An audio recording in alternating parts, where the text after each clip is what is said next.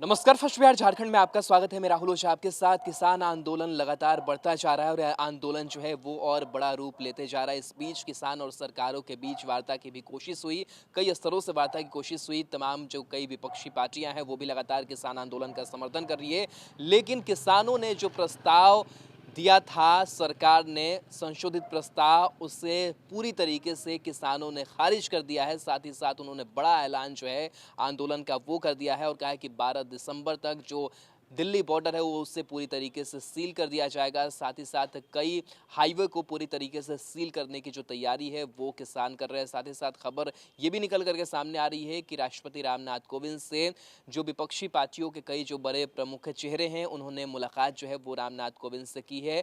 तो कहीं ना कहीं जो किसान है वो कृषि बिल में सिर्फ संशोधन ही नहीं बल्कि वो चाह रहे हैं कि ये तीनों जो कृषि बिल है उससे पूरी तरीके से ख़त्म कर दिया जाए और जो नया बिल है वो आए। और जो प्रस्ताव दिया गया था सरकार की तरफ से वो भी ये प्रस्ताव हम आपको दिखा रहे हैं। कई पेज का जो प्रस्ताव था वो था कि उसमें क्या क्या संशोधन जो है वो सरकार करेगी और कैसे किसानों को जो है वो फ़ायदा पहुंचेगा। इन तमाम चीज़ों को लेकर के जो बातें हैं वो सरकार की तरफ से रखी गई थी, लेकिन ये सारे जो प्रस्ताव है वो खारिज कर दिए हैं।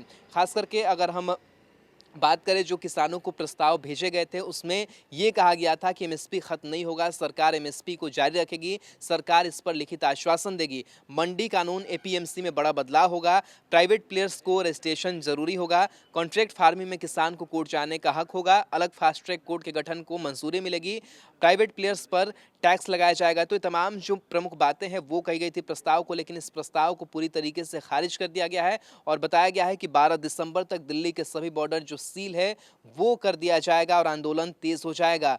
किसान संगठनों ने कहा है कि अगर सरकार इस जिद पर अड़ी हुई है, वह कृषि कानूनों को वापस नहीं लेगी, तो हम भी सरकार को बख्शने के मूड में नहीं है। 15 दिसंबर तक किसान संगठनों ने जयपुर हाईवे को बंद करने का भी ऐलान किया है। किसान संगठनों के नेता ने कहा है कि अगले कुछ दिनों में 500 ट्रैक्टर का नया जत्था दिल्ली बॉर्डर पर पहुंचेगा और दिल्ली के सभी बॉर्डर को अब सील कर दिया जाएगा। साथ ही साथ आपको बता दें कि जो कई विपक्ष के नेता है उन्होंने मुलाकात जो है वो की है राष्ट्रपति रामनाथ कोविंद से और कृषि कानून वापस लेने की जो गुहार है वो लगाई है। आपको बता दें कि विपक्षी दलों के 5 प्रमुख नेता राष्ट्रपति रामनाथ कोविंद से मुलाकात की है। इस मुलाकात में वह नए कृषि कानून को लेकर राष्ट्रपति के सामने पूरी जो स्थिति है उसको रखा है। कांग्रेस नेता राहुल गांधी, एनसीपी अध्यक्ष शरद पवार, सीताराम येचुरी, राष्ट्रपति रामनाथ कोविंद से मुलाकात डी राजा, ये तमाम जो नेता है वो पहुंचे और वहां पर अपनी जो बात है वो रखी है। आपको बता दें कि विपक्ष की ओर से राष्ट्रपति के सामने कानून को लेकर के दिक्कतों को रखा गया है। किसानों के आंदोलन का मुख्य लक्ष्य कानून को वापस करवाना है, उसमें संशोधन भी किसान नहीं चाहते हैं। विपक्ष के मुताबिक इस कानून में सिर्फ किसान नहीं बल्कि पूरी कृषि इंडस्ट्री पर असर पड़ रहा है। विपक्षी दलों ने कृषि कानून के मसले पर आक्रामक रुख अपनाया है और बीते दिन किसानों द्वारा बुलाए गए भारत बंद को खुला समर्थन भी दिया। किसानों के भारत बंद के समर्थन में करीब 2 दर्जन राजनीतिक दल शामिल थे और अमित शाह के साथ भी जो बैठक है वो तमाम बैठकों का दौर जो है वो चलता रहा, लेकिन अब सरकार से आर पार के मूड में जो किसान है वो नजर आ रहे हैं।